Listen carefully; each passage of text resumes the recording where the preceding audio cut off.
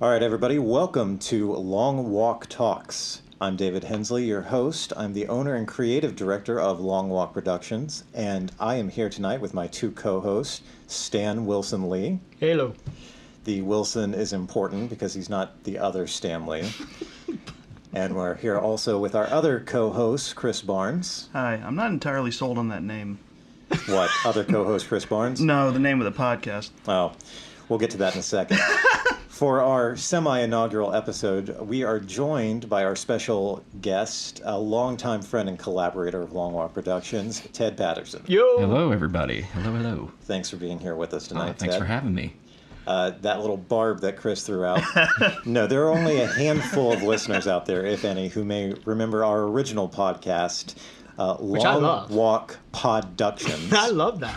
Long Walk Productions is an entertainment and multimedia company, and that is primarily what we're going to be talking about. There are 1,000,001 new release review blogs out there. There's 1,000,000 horror movie blogs. What we're going to be talking about episode to episode is very overly specific entertainment-related topics. And to kick us off, tonight we are going to be discussing the extremes of the horror genre. We've picked out 5 films that kind of exemplify the more extreme element of horror, and we'll be going back and forth discussing those. Me and Ted and Stan are horror aficionados. Chris is here because I want to hear his opinion on all of the fucked up things that we are going to be discussing. It's like reverse Shark Tank. They brought me in to yell at me about terrible things. No, you're probably primarily going to be yelling about all the Shut horrible up. things. I don't yell. You can't say that. Well, in the interest of this highly structured, overly specific episode, we're probably going to lose a lot of listeners right off the bat. And for the more sensitive listeners out there, I'm going to give a trigger warning because a lot of the things that come up in these films we're going to discuss are very controversial and going to be very upsetting to a lot of listeners who haven't seen or heard of these films. So we're going to come right out of the gate swinging. Can we give them a list of the films we're doing? Just Yes. So they can be right off the bat prepared. Yep. So the 5 films that we're going to be talking tonight are a Serbian film, Cannibal Holocaust, High Tension, Martyrs, and Audition. And The Lion King.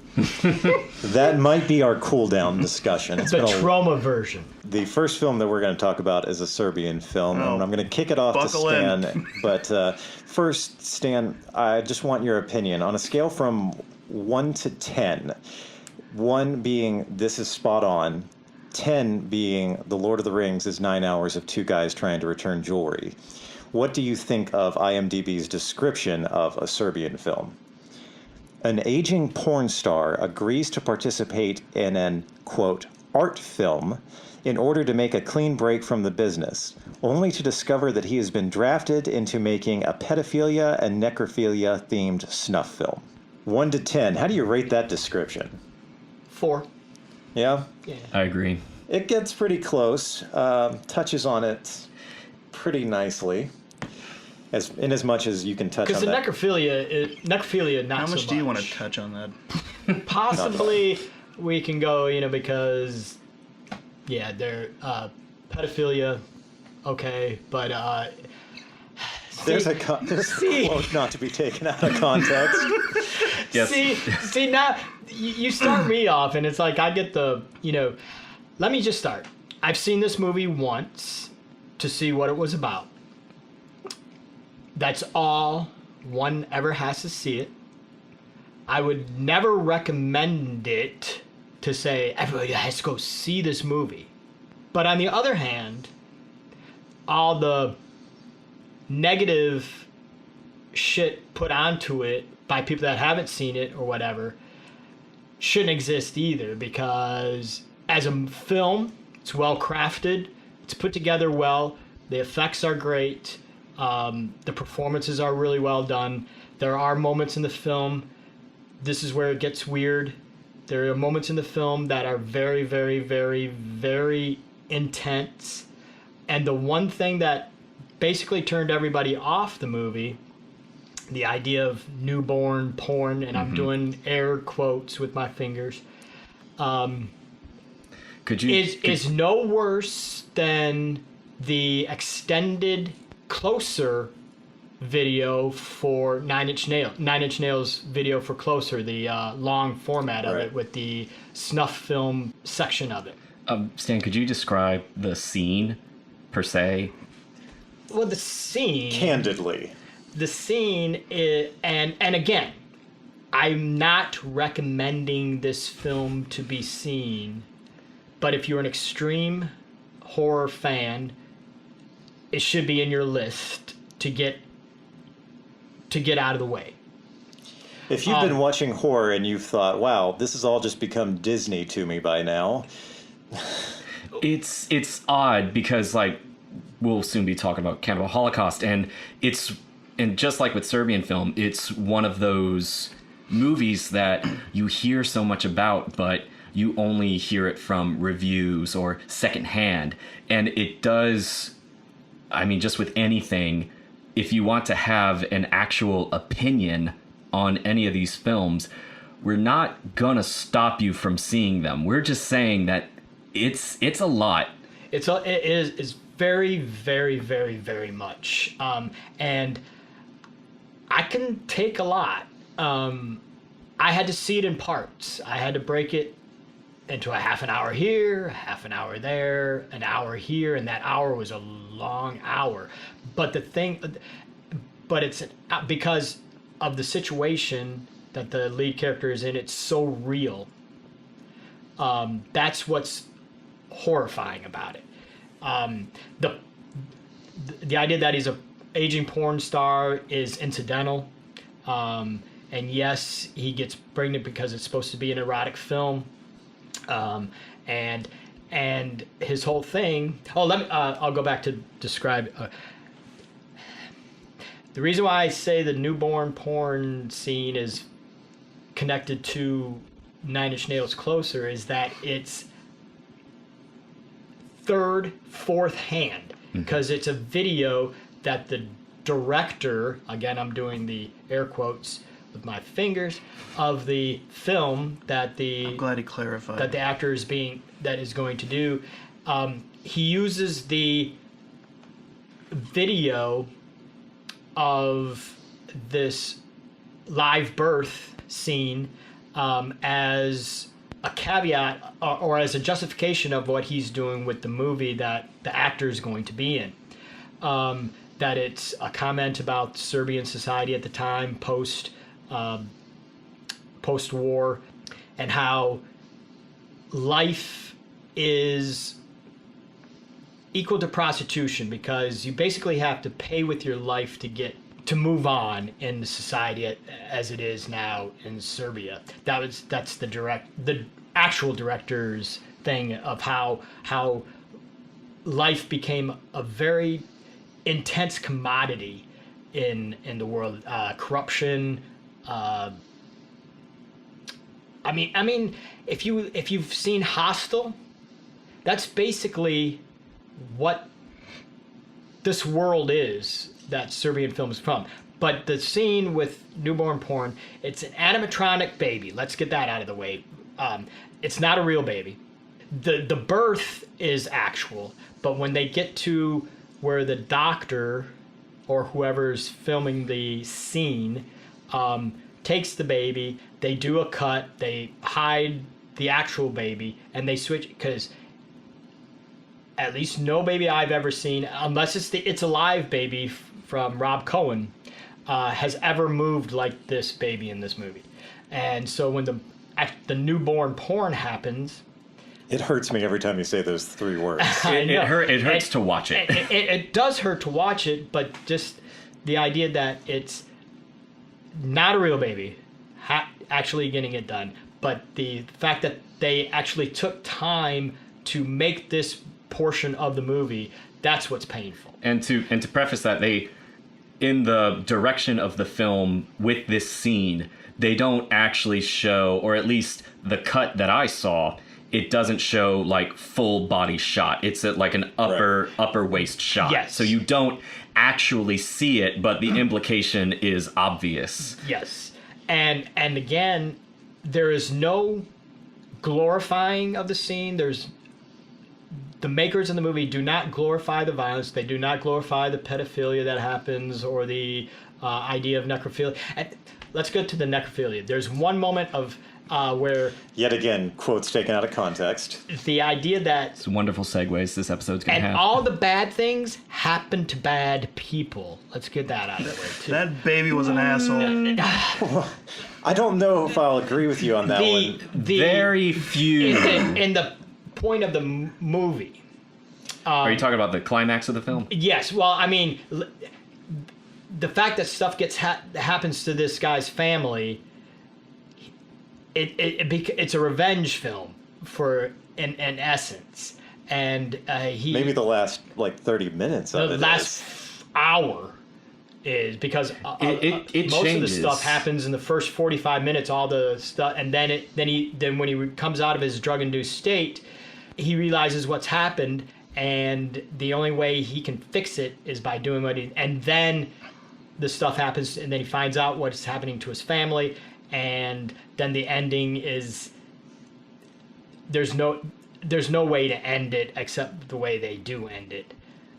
But which is a family suicide, a mass suicide. But after the main character has been drugged and manipulated, into watching his brother rape his wife and then raping his son. It's realizing that he raped his son.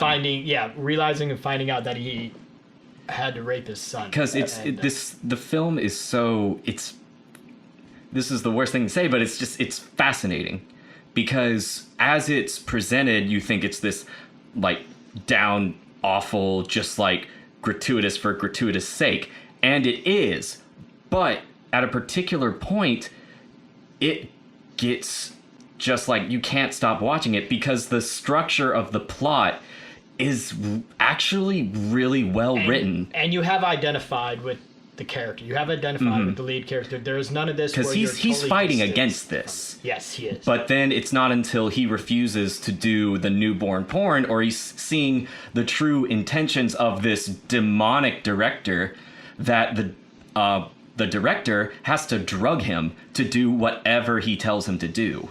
And so then the rest of the film becomes like a screwed up hangover where he wakes up in random parts of the country trying to figure out what he did and then only to be abducted again and doing something even worse, thus leading up to the skullfuckery. Yeah, that one, that bit. An actual thing that happens in the film, not just a clever turn of phrase. Yeah, that's the necrophilia moment. It's that he becomes like the Incredible Hulk because he gets so drugged up that it's the director, the bodyguards that have been filming him, and that he skull fucks one of the guys, and it's this just terror and yet triumphant. Yeah, finally he gets his revenge. It's a triumphant moment because it's the person that you want to have skull fucked. Right. So, and see, that's where it's this film really plays with your perspective as an audience member, where it's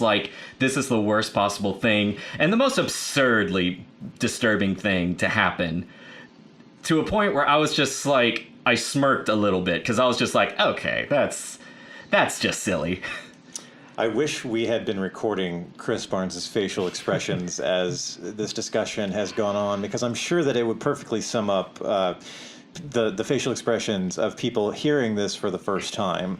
I've just been lost on the fact that it was someone's job. The director came to them and said, "I need you to build me a baby that looks like it can be had sex with." Right. To read the directorial notes to sex prop with the baby. So it's unfair that you put me, that you started off with this, because I can't talk about this movie with anybody except for maybe Ted. I will. This feels like this should have been the last one. Because oh no, I wanted to come out of the gate swinging, and I kind of just wanted to get the discussion of this film out of the way, going and then out of the way, because. Don't get me wrong, this is, in my opinion, a despicable film that I'll say right now, I haven't seen it and I won't watch, but it's an important way to start off this conversation that we're having, because if we're going to talk extremes, let's go for the I mean, extreme. yeah, It's where it's the line. yeah. Right. And it's not like any of the other films that we discuss after this are going to be The Lion King. Yeah, no. This just So happens these are the films that exist so that we know that there are lines, and it's something that needs to be talked about, because obviously these films are historically in cinema where people have crossed the lines in terms to audience reaction, Right. and sometimes in production. Well, I mean, it's right because, like I said, I'm not going to recommend it for you to watch. No. I'm going to tell you that the experience is intense. It's horrifying. It's scary. It's because it's real. But then you think about, if we're talking about making horror films, the quality of effects, the quality of horror, because it being so real. I'm not saying that I would sit at home and watch this every night. I've watched it once, Right. and I watched it a year ago. However, I still get. That's been longer than that. Oh, it's Yeah, 'cause okay. I guess so. did the movie yeah. come out in, like, what, 2014? 2010. 2010. Yeah, it came out in 2010 God, in it's 7 years Serbia. old. I think it took it a while to get here, but I became aware of this film because of Ted's brother Zaid. We were filming something one day at my old apartment, and we wrapped. Everyone left, and Zaid hung around, and he said, "Hey, have you heard of this horror film, a Serbian film?" I had no idea what he was talking about. And as Zaid is wont to do, he then went on to tell me point by point the entire plot of the film, beginning to end, as I sat there and chain smoked cigarettes listening to him describe this film to me, just increasingly horrified. And it was the moment, if we keep just throwing it around, it was the moment that he said the words newborn porn that I was like, nope, this is not a film that I ever have to see. And that's all you have to say. Yeah. That's all you have to say. I'm just my thing is that people that have watched it are still getting flack for watching it and being considered the Make no mistake, I don't judge you for watching the film. these weird people, and it's like I had to make judgments about myself watching it. I had to say, okay, where is my line? Because we're going to talk about Cannibal Holocaust, and they kill turtles, live turtles. There's live things killed in Cannibal Holocaust.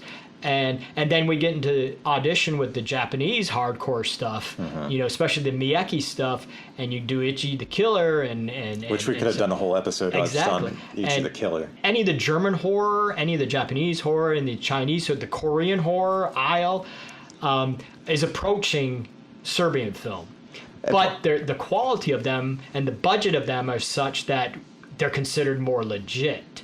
I'm not going to sit down, and say, you have to listen to me talk about this movie. It's like, I've seen it. Well, I am, because that's why we're doing the podcast. Right. But the idea that It helps the car ride.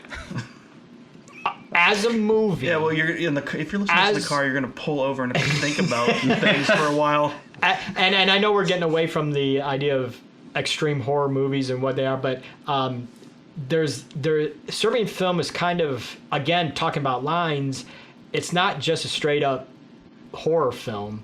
It is a social commentary. It's a political commentary. Well, and the structure of it is very Scorsesean, and the structure of the film and how actors are dealt with and see the performed. structure, and like I said, the structure and the writing of the film, the pace and the dialogue is what saves this film. It makes it, in the lightest of terms, it makes it watchable. There was the whole controversy about it being a snuff film, and it is not, because you can see the cuts when Obviously, or I don't think any one of us would have watched it. Just give a small description or just a substantial one to be like, look, this is not a film to watch on a sunny day. It's like, after you watch this, you need... Watch it on a sunny day, though. Yeah, watch it on a sunny day, but this isn't like a jump in the park. This isn't Lion King. This is one of the worst of the worst I like when that it comes I said to Lion just... King once, and now it's I was about to say the Yeah. exact same thing. Well, that Lion King, Now of we're course, fixated is on the the Lion pinnacle of pureness and goodness. Right, absolutely. Okay. I want to share a quick side note about this film before we continue into another topic of discussion related to a Serbian film. And it's that one of me and Stan's former co-workers, I was Scott. hoping you'd tell this story. Yeah. Scott was a huge horror fan, always searching for that next level of horror. And so me and Stan introduced him to a lot of Japanese horror and Korean, some French stuff. And every year since 2012, me and Stan have gone to Mad Monster Party, a horror convention in Charlotte and upstate Carolina. And before me and Stan went one year, Scott came up to us and he said, I need you guys, while you're there, to find me a horror film. Something extreme, something fucked up, something I've never seen before. And he gave Stan cash for it. And Stan came back to him with a copy of a Serbian film. And a couple days later, I come to work and I asked Scott, all right, so did you watch it? He said, yep. I watched it once, took it out of the DVD player, put it in its box, threw it in the trash. That movie's evil. Nobody's ever said it's angelic. I mean, it is. None of these films are. It is hardcore. Not on this plane of existence. I mean, No. it's like you talk Exorcist, which at that time, that was extreme. And what they did to 12-year-old Linda Blair. Linda Blair at that time, is pretty intense. But everything in Serbian film is in the realm of possibility. Unfortunately. And that's what's horrifying about it. All right, so Hey, hang on. I just have one more thought. And so you said the baby birth was live? Was that right? There is the Speaking to the mic, my friend. All right. the actual birth of the baby. Yes, That's it's a okay. live birth. So They did a quick sleight of hand. It was like, no, woo! no. What I'm just curious about is like, is that the home footage of their kid's birth? Oh, Like when they God. asked, when I asked to see the tape, is that he just held that TV? Oh my. I don't want to think about it. No, it's And see, it's not- little it's details not- like that where it's not just the lead like, character's family. okay. No. It's I a mean in real whole life. I thing. mean in real life. It's like the directors. It's like- it might be the director. Was there some kind of course. contest? Are you asking if there was some kind of contest, like which of No. your And home remember- birth No, videos is going to no. make it into the film? Oh, It's like God. it's maybe 2 minutes of the film, maybe. Right. I think Chris was trying to inject some humor into this Yes, discussion. yes, but the whole movie isn't that. Right.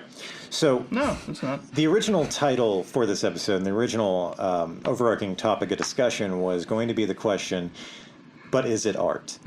And in discussing these films, Oh, do you if consider you still this? use that title, you should put it in French.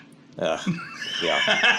Well, Or call it Is It French? the last couple of films that we're going to be talking about are French. You're going to notice a theme throughout the discussion, which is that none of these films we are discussing are American films. That's true. American films in the last 18 years have really gotten a reputation for torture porn. Everyone loves to call any movie that comes out, Saw, Hostel, any of those kind of films, torture porn. American horror has nothing on foreign horror. French, Japanese, and now Serbian. We got nothing, guys. No. But in the interest of, but is it art? I'm going to read you a couple of things from the director, and then we'll go one at a time discussing whether or not we consider this someone expressing their art. The first is that the director, according to Wikipedia, describes Serbian cinema as, quote, pathetic state-financed films made by people who have no sense or connection to film, but are strongly supported by foreign funds. Quality of the film is not their concern, only the bureaucratic upholding of the rule book on political correctness. And then in another interview, I would butcher this director's last name, so I'm not going to try. The director is quoted as saying the film, quote, denounces the fascism of political correctness, end quote. Questioned by the Croatian media on whether the violence depicted deals with crimes committed by Serbian soldiers during the Yugoslav wars, the director answered, Serbian film does not touch upon war themes, but in a metaphorical way deals with the consequences of post-war society and a man that is exploited to the extreme in the name of securing the survival of his family, end quote. So, going around, in your opinion, is that a legitimate viewpoint that you feel is expressed in the film, or did this guy just want to make the most fucked up thing possible? Because I have not heard a discussion about it yet, and the themes and what he was trying to explore that convinces me this man set out to make a piece of high art that really expresses his opinion on post-war Serbian culture. It really seems to me as though this guy was like, how can I push the limits? What is pushing the limits? Is a guy raping his family pushing the limits? Is somebody raping a baby pushing the limits? It clearly is, but does it make a point, or does it exist just to push the boundaries? And if it exists just to push the boundaries, is that a legitimate expression? So Ted, let's start with you. What do you think about the director's intentions and whether or not he succeeded, excuse me? In my opinion, compared to what the next film is trying to say, is that I think he does. Because the one thing we've been talking about, the worst parts of this film, we haven't really talked about what the actual plot of this film is. And the actual plot is that it follows the life of an ex-porn star. And he has lived all his life doing porn, being one of the most successful, like they describe him as like this artistic actor for the porn industry in Serbia. And then he retires. And we start with him during his retirement, and he's just trying to find some things to do. But he loves his family. He does. He is a family man. It's that he has a wife and he has a son, and he's trying to make sure he's true to them. Yeah, and he's trying to make sure he does the best for them. So then he meets up with an old friend of his who leads him to this evil director. And at the moment, he doesn't know. All he knows is he's got these really sketchy instructions to meet up at this place at this time, and then that's what snowballs into the insanity of the rest of this film. The phantasmagoria. Right. And so with this director saying like it's people being exploited for the fascist regime, or however you call it, yeah, it's that to really, but he chose the story to have the lead character a porn star, and just the absolute worst things that this very wealthy director makes him do, but he does it for the sake of trying to provide for his family in a time where work isn't getting anywhere. The usual routes to get money and to be paid are dissipating. He needed to find money in something he was good at, and he did. It's the worst possible situation when you're so good at something, and yet the only avenue to be paid a good amount so that he could provide for his family is working with the devil. And so then that was his folly for the rest of this film, is that he agreed to work with the devil. Just awful people just to provide for his family. And then it just turned out that he gave up his life and his family's life for this corrupt, just awful system of this porn director and this industry that he made. It's not that, because even the ending, it's not satisfying, because it just ends with the circle keeps on going. Right. So in that statement, I agree.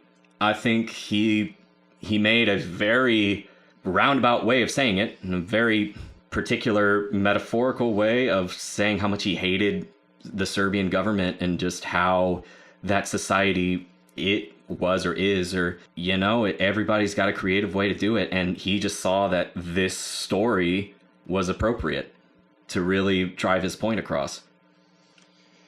All right, we're going to go to Stan next and then save Chris's general thoughts on what he's heard for last.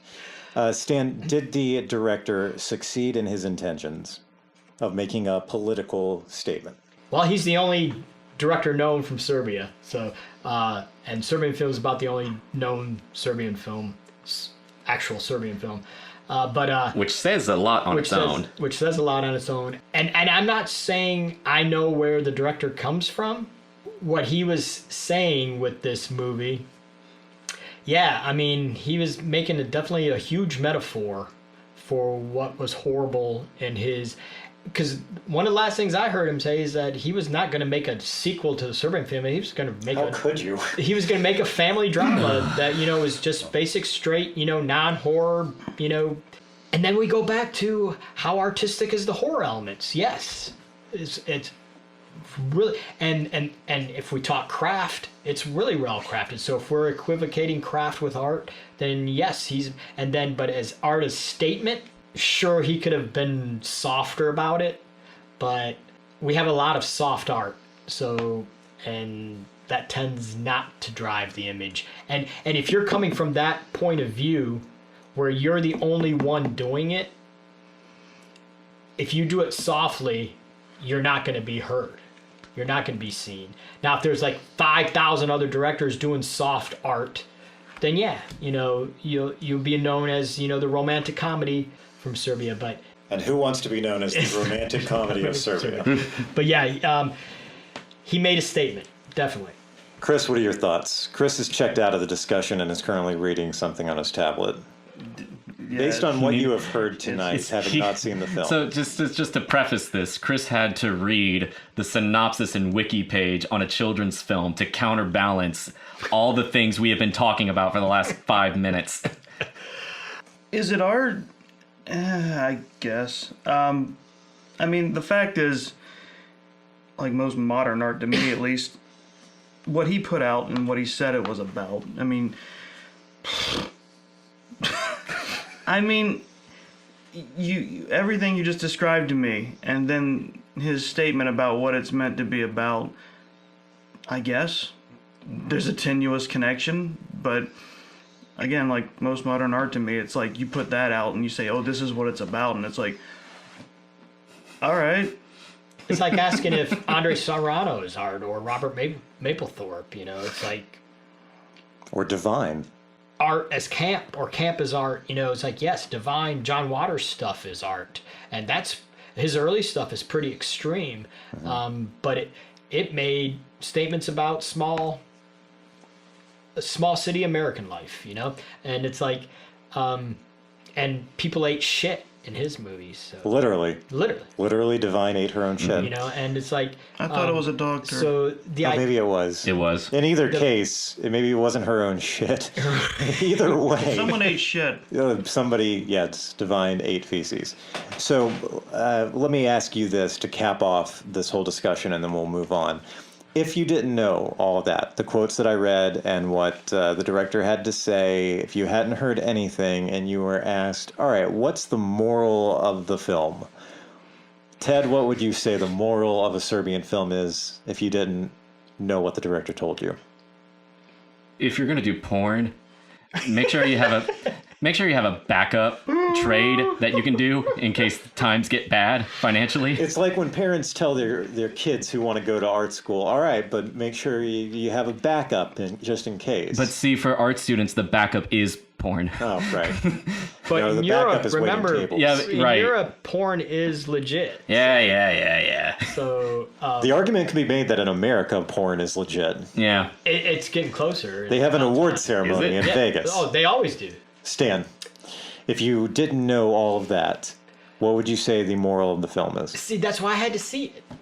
Is there a reason? Or I saw it in the sense, asking the same question as you did, is like, is he just making it to, freak people out. And yes, he is making it to freak people out, but for the reasons that shit is fucked, and So you'd say that's the moral of the film overall, is that shit is fucked. I mean, isn't it? But the thing is, No, you're not wrong. Shit is fucked. Shit is fucked. But is that That's what... why the main character was but in the that moral- situation. The more and we are never gonna understand what the moral of the movie is, being on this side of the world, and being totally dislocated and disjointed from why he made the movie about his nation. And it's called a Serbian film for a reason. It's not a Serbian horror film. It's a Serbian film because he's making it specifically about what he's experiencing or what his family and or friends have experienced in Serbia. So the moral is shit is fucked. That's perfect. No, Yeah. The pause after the moral is Chris, not knowing anything about the director's political statements and political stance on the state of things in Serbian film, what would you say the moral of the film is? oh, there is none. It's a Monty Python movie with no actual jokes in it, based on everything you've told me. All right. There you have it. I'm going to read one last thing just because I found it humorous. This cracked me up amidst all of the horribleness of everything that's going on, and how distressing it is just to read the plot breakdown of this film again. You get this sentence. And again, I may be butchering these names, and I'm sorry if I am to foreign listeners, but Layla, a former co-star, offers Milos a starring role in an art film directed by Vukmir, an independent pornographer who wishes to cast Milos for his powerful erection. It's true. Yeah, that's That's the thing is that pretty- that's why he could skull fuck a dude. Because of it's- his powerful erection. yeah, If I remember correctly, that's wasn't his catch that he could basically get erect at will? Yes, that's He's Yeah. Jason Mewes' character from Zack it's and not Mary Make a Porno. it's not the director's erection, but the actor's Oh, wait, we can erection. have Exactly. porn names? And I want to be Pete Jones. Better films than the Serbian film. All right, we're going to move on because we've now been talking a long time. I need to say, yes, there are better examples of point-making films than a Serbian film, but in the sense, as a film, it's well crafted, it's well done, and you don't need to see it a second time. All right.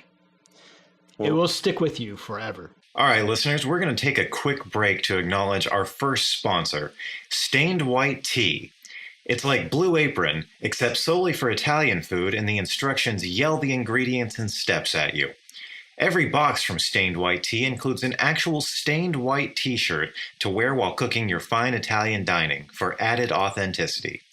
Download the free app and choose the voice, male or female, then get ready to sweat while someone's angry grandparent from the old country berates you mercilessly on your lack of culinary skills. Stained White Tea. Eat our ass, Olive Garden. Use offer code FUOG at checkout for a free order of frozen breadsticks. And now, back to the episode. Moving on to our second film discussion. Ted, I'm going to ask you the same thing that I asked Stan, and then I'm probably going to drop this bit because it becomes less funny for the other films we're going to be discussing. Oh, But indeed. on a scale from 1 to 10, 1 being, all right, that's spot on, Okay. 10, the Lord of the Rings example. Of course. During a rescue mission into the Amazon rainforest, a professor stumbles across lost film shot by a missing documentary crew. That is IMDb's description. That's it? That is technically for correct. Cannibal That's Holocaust. it? Yes. Oh, they left out a lot of stuff. It's like someone just went through with a black marker, redacted. That Now, I've also not seen Cannibal Holocaust. okay. So I will start this. Is that Oh no, I won't. so Much like Zayd and Newborn Porn, the film lost me the minute I heard a real turtle was killed. Yeah, no, that Multiple actually turtles. disturbs Yeah, me the oh, most. It's But like, they eat it, so to You're talking about the turtle So- and not the baby, right? so I will start this off in saying, to counter what Stan said, I have actually seen Serbian film twice. Is that once Sorry? for my own opinion, and the second one to get a friend's reaction, being like, "What are your thoughts on this?" You are a terrible friend of that person. Well, Well, here's the thing. I would see Serbian film 2 more times than to see Cannibal Holocaust again. And All right, so we didn't start off with the harshest examples. no, we did not. All right, we cool. did not. Those darn Italians.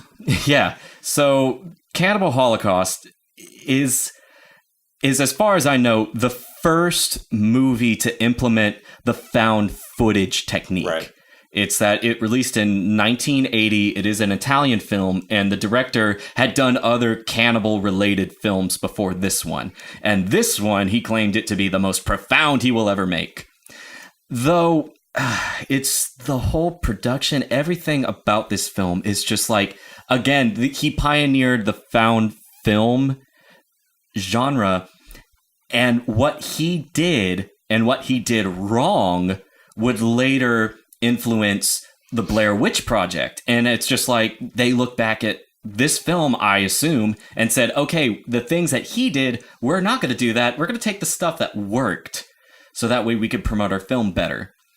Because with Cannibal Holocaust, he did the whole, like, okay, the actors that are in this film, they're not going to be in any other film or in any other media for a year. So that way this film would seem like it actually happened.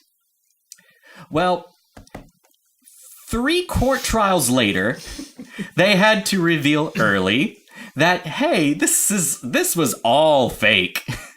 Here are all the actors and people you thought died. This isn't a snuff film. It's not that at all. It's just these people making horrible decisions on a production standpoint.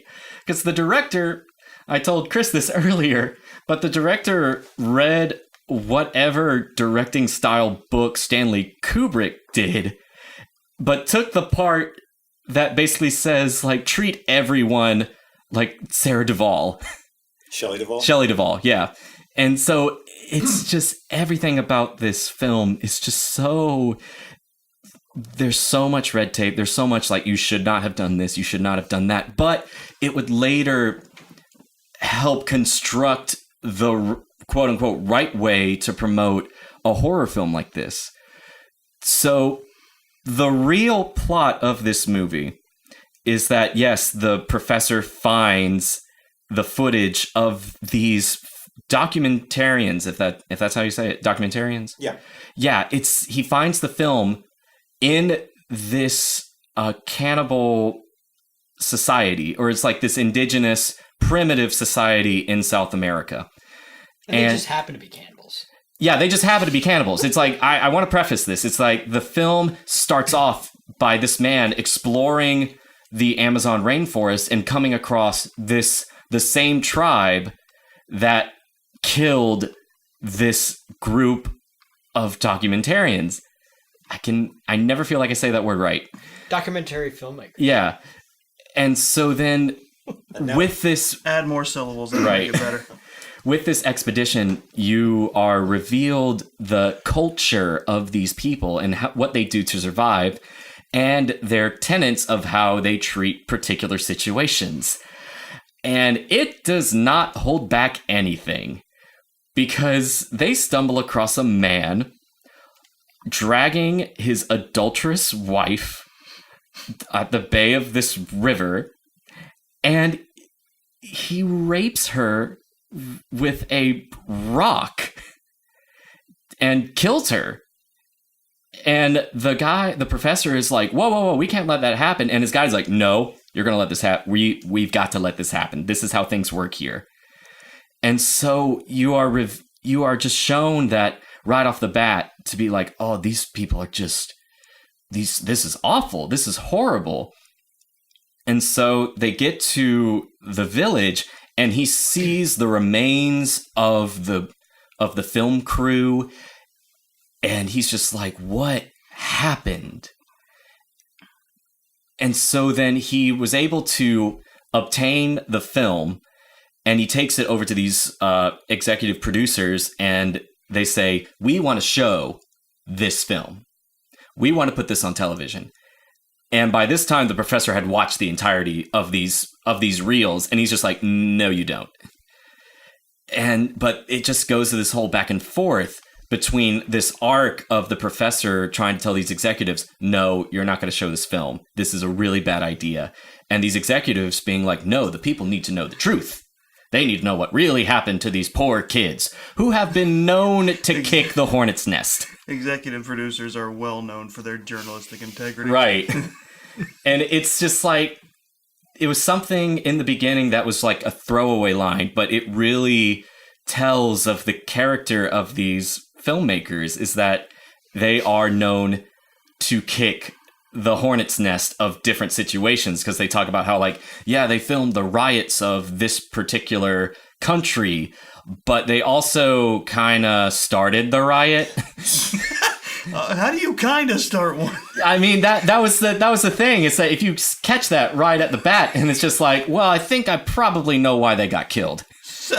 And So they're going around causing the inciting major incidents of their documentaries. yes, So that's terrorism. That's yeah. Well, as the film goes on, it starts the found footage segments of this film. These guys are just awful. These filmmakers are terrible, terrible people. They get lost in the Green Inferno, as it's called, which would later inspire Eli Roth to make his film Green Inferno. That's where that comes from. Which, by all accounts, is every bit as fucked up as this. Have you seen Green Inferno? No, I have not. And Stan? I haven't seen it yet. No. Oh. I'm sure not a lot of people have. But after seeing Cannibal Holocaust, I have no desire. Right. Partially because I don't think Green Inferno could live up to what Cannibal Holocaust did, especially for something so, in its production, its own definition of primitive, because they basically filmed each other wandering the Amazon rainforest. The director is yelling at everybody, and this isn't in the story. This is them filming this. Right, behind the scenes. Right. And the film itself is them just getting aggravated with each other. And so So then, it is like Blair Witch Project. yeah, exactly. And so then it gets to a lot of different accounts of you're actually watching animals getting chopped up, not sliced, not cut. They get chopped up. It's that with the one scene Stan was talking about, they chop up a turtle with a machete. They pull it out of the river and they go to town. And it's all to like very disturbing music. And at the same time, the music is a whole nother thing. But then there's another scene where I have never seen a monkey's head chopped in half horizontally before this film. And they eat the brains. they do. And then there was another animal as well that is just, that was the point of the film where I'm just like, okay. That was the point? Not the impaling? The impaling. Okay, so later, as the film goes on, these people are being awful to everything, and it gets to a point where they find a woman being impaled on a spike. Is that she's like in midair, and they're just looking at it. And one of the scenes is that the guy is like laughing at it. He's looking at it, and the guy that's holding the camera goes, "Hey, Dave, change your face." And he goes, "Oh, that's awful." Well, it's funny, Chris, that you brought up journalistic integrity. You hit the nail on the head. The director said he conceived of the film while talking to his son about news coverage of the terrorism of the Red Brigades. The director thought that the media focused on portraying violence with little regard to journalistic integrity, and believed that the media staged certain news angles in order to obtain more sensationalized footage. He reflected this behavior in the film Cannibal Holocaust, which he said symbolized the Italian media. And again, that goes to the next question of is this art? Man, I'm so insightful. I'm going to throw in something. The lead character, who is the lead journalist that finds The professor, yeah. Yeah, is actually Arbola, which is the porn stage name of the actor. He uses his real name for Cannibal, but it's actually a porn star is the lead in Cannibal Holocaust. And there's actually 3 or 4 adult stars that are in it. Yeah, it's Because that they were the only people who would be in a film called Cannibal Holocaust. and see, and like the name itself is a And it had discussion. budget, and it was considered a legitimate film. So Well, if there's, well, anyway, the film ends with these filmmakers justifiably murdered by the tribe that they have not only burned their houses and huts, but also start raping one of their women in front of them. And it goes into like one of the more it's like the most grotesque scene is them actually getting killed. So because the cannibals are actually the protagonists. I was and the just heroes about to of this ask film. you, Yeah. having not seen the tribe. film, are you telling me the filmmakers are the antagonists Yes. and Yes. the cannibals are the heroes of Yes. the film? Yes, the first Yes, set, exactly. the first set of documentarians that went into the Right. second group that finds the footage and goes back, they kind of get the residual effects because the tribe still Remembers what happened last time remembers documentarians that came to their into village? town. Yes. Right, and- because the second group is just trying to find any Remains, remnants yeah. of the first group, and not to do any damage to the tribe, but the tribe just sees them as a bunch of white people It's coming that- in to fuck us up again. and it's funny because like the scene where it shows the professor getting the film, he trades it for a tape recorder that plays music. And I was just like, all right, we can. That's a transaction right there. You can do a trade with cannibals with this cannibal group, which shows that just they happen are to be reasonable. cannibals. They Right, just they're happen to bartering. eat. Right, they're bartering. They're able to conceive that it's like, we'll give you this thing for that thing. It's like they don't purposely hunt people. No, so it's they're not like and automatically cannibals. and see, It's- and that's the just craziness don't of have a this problem eating film is that the group of filmmakers who have been just glorified as like, oh, these poor kids went into the jungle and died by primitives were actually the worst people. yeah, they went against the cultural aspects, and they destroyed an indigenous group, and but the point is that this tribe is like the last of this group of people. And so this first group of documentarians that went in didn't really go. They just went in to try to fuck up this last group of people, Right. And they were imposing their own. They were imposing their own whiteness. They were imposing their own American ideals because it takes place with Americans. Yeah. Because it's coming out of New York, but they were throwing their whole European mores upon this group of people, and then, like Ted was saying, they end up burning and raping the village, and it's like and pillaging and doing what conquerors do, and it's the film ends with the very on the nose line of the professor like smoking a cigarette, and he goes, "Makes you wonder who the real cannibals are." Up skyward, skyscraper shot, and then the film ends, and I was just like, Subtle. great.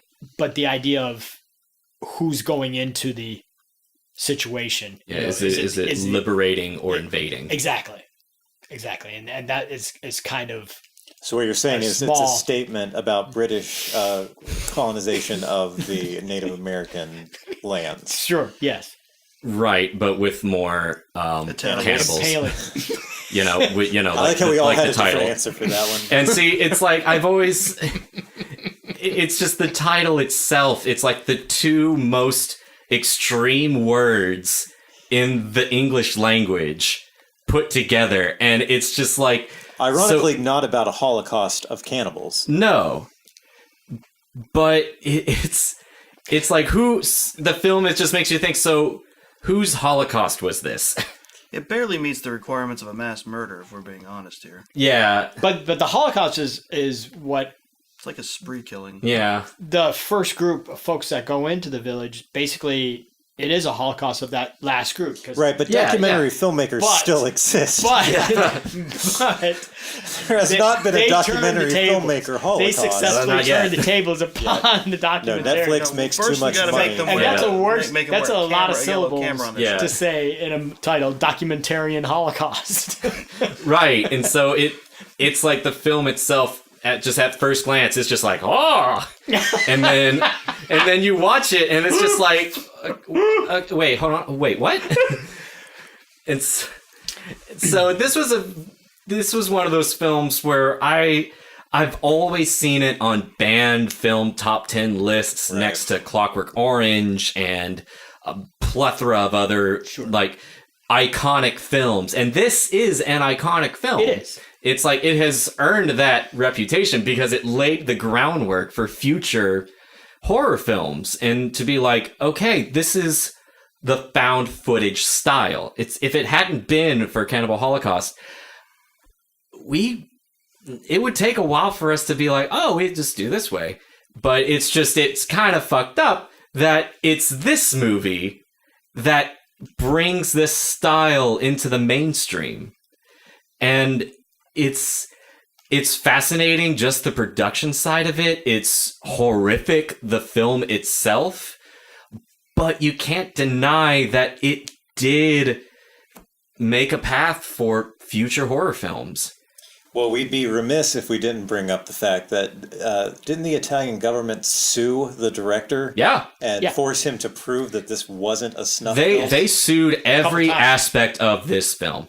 Like any little way, they claimed it was a snuff film, and Right. they So let's bring it on back, and then again, this is a bit we're probably going to drop when we talk about the next three films. But if you had to say if you had to sum up the moral of the film, not knowing what the director has gone on record as saying, what would you say it is? I'm going to throw out, "Don't piss off the locals," or "When in Rome, do as the Romans do." yeah. It's just if you're going in a place you know nothing about, don't go there. You hear that, kids? Don't try new things. If you know nothing about it, don't do it. Don't go tromping through the Amazon rainforest. Don't spill boiling water on your body and call it an internet challenge. Yeah, that's a new thing. Wow, so it's the exact opposite of the ice bucket challenge? Yeah, It's the hot water challenge. Jesus God. I weep. they call it the sizzler. and we're not extreme, but are you coming to me with? Yes. I would have to agree. Don't piss off the locals. Don't piss off the locals, especially if you're a white motherfucker. That could practically what a be the roundabout tagline. way of getting that. Because it's coming back to the whole European colonialism that you brought up earlier, and it totally is about that. Because that movie has been attacked for the tribe, for how evil this tribe is and how gross this tribe is, and it's like, no, it's the white people in attacking this group of people that have taken care of their own business, have stayed out of anybody else's business forever, and have not bothered anybody except for their own little group. And like I said, it's like them being cannibals was incidental. They would spend their time eating the flesh of turtles, and then they would have a punishment, and that might involve a raping with a rock, but nobody outside of that world knew about it. But this group comes in and totally destroys this lifestyle, this state of living that has bothered no one. And so it's like, and they deserve to get fucked up, I thought. And not the tribe, but the people that disturbed them. It's like, for what they did to these people, yes, you should have been torn limb from limb and cooked in a boiled pot. So yes, So you're gonna don't fuck with the locals. Okay, but you're also gonna go with white people are the worst. I'm gonna go with. I'm not disagreeing with you. White people are the white worst. but- colonialism. It reminds is the me worst. of that meme I saw. Describe world history in 4 words. Knock, knock. It's Europe. Yep. That and wow. Yes. It's- So now, at this point in 2018 and in August of 2018, it's very topical that Cannibal Holocaust is still around. Well, yeah, with the sensationalism of media. And who's in power. But I didn't And have what to. they're doing to But I don't have to see a turtle and a monkey die. No, you don't. To get that point across. But In the words of Chief Bill Party from the James Gunn classic Slither, well, now that is some fucked up shit. We're gonna draw the discussion to a close right there on this episode with those two films, and when we return for our next episode, we'll finish out our extreme horror discussion with the films High Tension, Martyrs, and Audition. Thanks for listening, everybody. Make sure to check out our sister show, This Is a Work, hosted by David Two Dogs Hayes. This Is a Work is a monthly wrestling podcast that's focused on the WWE's pay-per-view events. The next one that is going to be coming out later in August is about SummerSlam 2018. If you've enjoyed Long Walk Talks or This Is a Work, please make sure to leave us a review and a rating on whatever platform you're listening to. Thank you very much. Bye-bye.